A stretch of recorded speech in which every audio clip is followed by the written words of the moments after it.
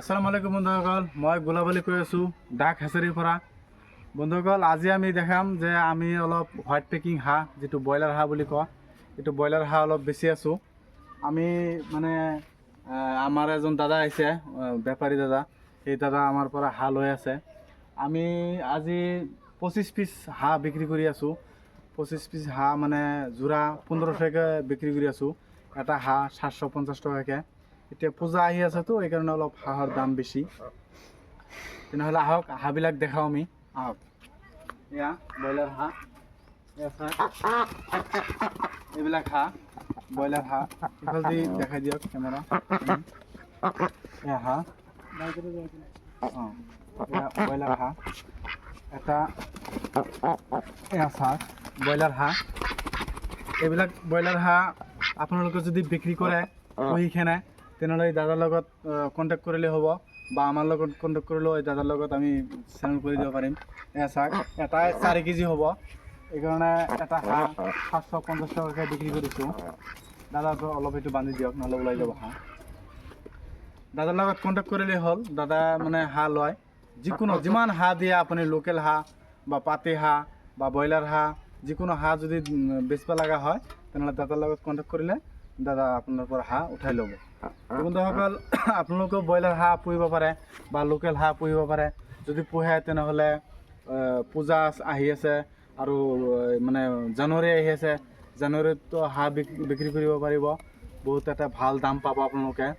আমাৰ পৰা পোৱালিও ল'ব পাৰিব। আমাৰ পৰা যিকোনো ধৰণৰ পোৱালি লাগিলে আমাক ফোন কৰিলেই হ'ল। আমাৰ নম্বৰ হ'ল 9741935624। এইটো নম্বৰত মোৰ লগত যোগাযোগ কৰিব পাৰে। আৰু যদি মই ফোন উঠাব পাৰোঁ, তেনেহ'লে হোৱাটছআপত ভইচ মেছেজ দিলেও আমি আপোনালোকক উত্তৰটো দিম। আহক, দাদাৰ লগত কথা পাতোঁ অলপ। আচ্ছা দাদা, আপুনি কি হাঁহ লয়? মানে যিকোনো হাঁহ হ'লে হ'ল আৰু আপুনি এইফালে হাঁহখিনি ওজন হ'ব লাগে। আপোনাৰ এড্ৰেছটো কওক। আমাৰ জেগাটো ভেৰভেৰি বিল। ভেৰভেৰি বিল নহয়, আছাম দৰং জিলা। ভেৰভেৰি বিল গাঁও ভেৰভেৰি বিল। মানে গাঁৱৰ নাম হ'ল ভেৰভেৰি বিল, আপোনাৰ দৰং জিলা দলগাঁও। আপুনি আমাক কণ্টেক্ট কৰিলে দাদাৰ নম্বৰটো আমি আপোনাক দি দিব পাৰিম। আপোনাৰ লগত কণ্টেক্ট কৰিলে হৈ যাব। আপোনাৰ লগত কণ্টেক্ট কৰিলে আপুনি মোক কণ্টেক্ট কৰি দিলে যিমান হাঁহ হওক, আপুনি কিমান হাঁহ ল'ব পাৰিব? যিমানে হওক 300, 400, 500, 1500, 2000। মানে হাঁহটো আমাৰ ওজন হ'ব লাগিব, আমি দামটো ভাল দিম। আৰু যদি পাতল চাতল হাঁহ থাকে আমি অলপ বেছি হৈ যাওক। মানে আজি যে আমাৰ পৰা হাঁহ ল'লে, যোৰা কিমান ল'লে?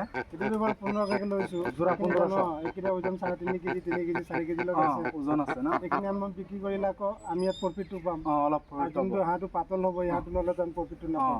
মানে আপুনি হাঁহ যদি মানে বেচিব খোজে, তেনেহ'লে অলপ ওজন হ'ব লাগিব, তেনেহ'লেহে আপুনি দামটো পাব। দামটো হ'ল আপোনাৰ ওজনৰ লগত। আমি এটা হাঁহ আপুনি চালে, এটা হাঁহ ওজন কৰিলোঁ 4 কেজি প্লাছ আছে মোটা হাঁহ, আৰু মাইকীবিলাক 3.5 কেজি 3 কেজি প্লাছ আছে। তা আপোনালোকে যদি হাঁহ পোহে, তেনেহ'লে অলপ ওজন বনাব, তেনেহ'লেহে 1-2 টকা এটা বেছি ইনকাম কৰিব পাৰিব বা 2 টকা লাভ হ'ব। দাদাৰ লগত কথা পাতিলোঁ। দাদাৰ লগত যদি আপুনি হাঁহ বেচে, তেনেহ'লে 400, 500 যিমান হাঁহ হওক দাদা ল'ব পাৰিব। আপোনাৰ দাদাৰ নম্বৰ স্ক্ৰীণত দি দিম। আপুনি ফোন মাৰি ক'লেই হ'ল, আপুনি এড্ৰেছটো দাদাৰ লগত জনাই দিলে হ'ল। দাদা আপোনাৰ ঘৰত ডাইৰেক্ট যাব, হাঁহৰ ওজন চাব, আপোনাৰ হাঁহ কিমান আছে, হাঁহ ওজনখিনি চাই কেনে দাম ক'ব। এইটো দামত আপুনি চেল কৰিব। এতিয়া বাৰু বেছিকৈ লৈছোঁ, কিন্তু কেতিয়া সময়ত মানে কম বেছি হয়। এতিয়া পূজা চিজন। পূজা চিজন আছে, এতিয়া দামটো অলপ বেছি আছে। আপোনালোকক পুহিলে পূজাৰ পিছত কমি যাব। পূজাৰ পিছত কমি যাব। যেতিয়া যি ৰেট হয় সেইটো ৰেটত আপোনালোকৰ পৰা দাদা হাঁহ উঠাই ল'ব। দাদা হাঁহ যে ল'লে আজি, হাঁহবিলাক ভাল পাইছেনে? হাঁহ ঠিক আছে ন? তেনেহ'লে আপোনালোকেও এনেকৈ হাঁহ পোহক, ওজন বনাব, তেনেহ'লে 2 টকা বেছি ল'ব পাৰিব। ওজন যদি আপোনাৰ ভাল হয়, দাদা 50 টকা বেছি দিলেও ক্ষতি নাই আপোনাৰ। দাদাও 50 টকাত বেছি বিক্ৰী কৰিব। ওজনৰ লগত দাম আপোনালোকেও ক'ব, বা এসপ্তাহ পিছত যে তাৰ পৰা 1500 লৈছে। 1500 আৰু 2000 নাই, ওজন চাই দাম দিব। আৰু বজাৰত যদি টানে বেছি দামত, তেনেহ'লে দাদাও বেছি দামত আপোনাৰ পৰা হাঁহ ল'ব। আমি তেতিয়া 1500 নহয়, 2000তে কিনিম। 2000তে যোৰা ল'ব পাৰিব, ওজন চাই দাম। আপুনি মোৰ লগত কণ্টেক্ট কৰিলেও মই দাদাৰ নম্বৰ স্ক্ৰীণত দি দিব পাৰিম, বা আপোনাৰ নম্বৰটো যোগাযোগ কৰি দিব পাৰিম। তো বন্ধুসকল, আজি ভিডিঅ'টো ইমানেই। যদি ভিডিঅ'টো ভাল লাগিছে, তেনেহ'লে লাইক কৰিব, ছাবস্ক্ৰাইব কৰিব, আৰু মোৰ চেনেলটো অলপ শ্বেয়াৰ কৰি দিব। আপোনাৰ সৰু ভাইটিৰ নিচিনা মোক অলপ সহায় কৰিব, অলপ হেল্প কৰিব। ধন্যবাদ বন্ধুসকল, আসসালামু আলাইকুম। ভাল থাকক, সুস্থ থাকক, নমস্কাৰ।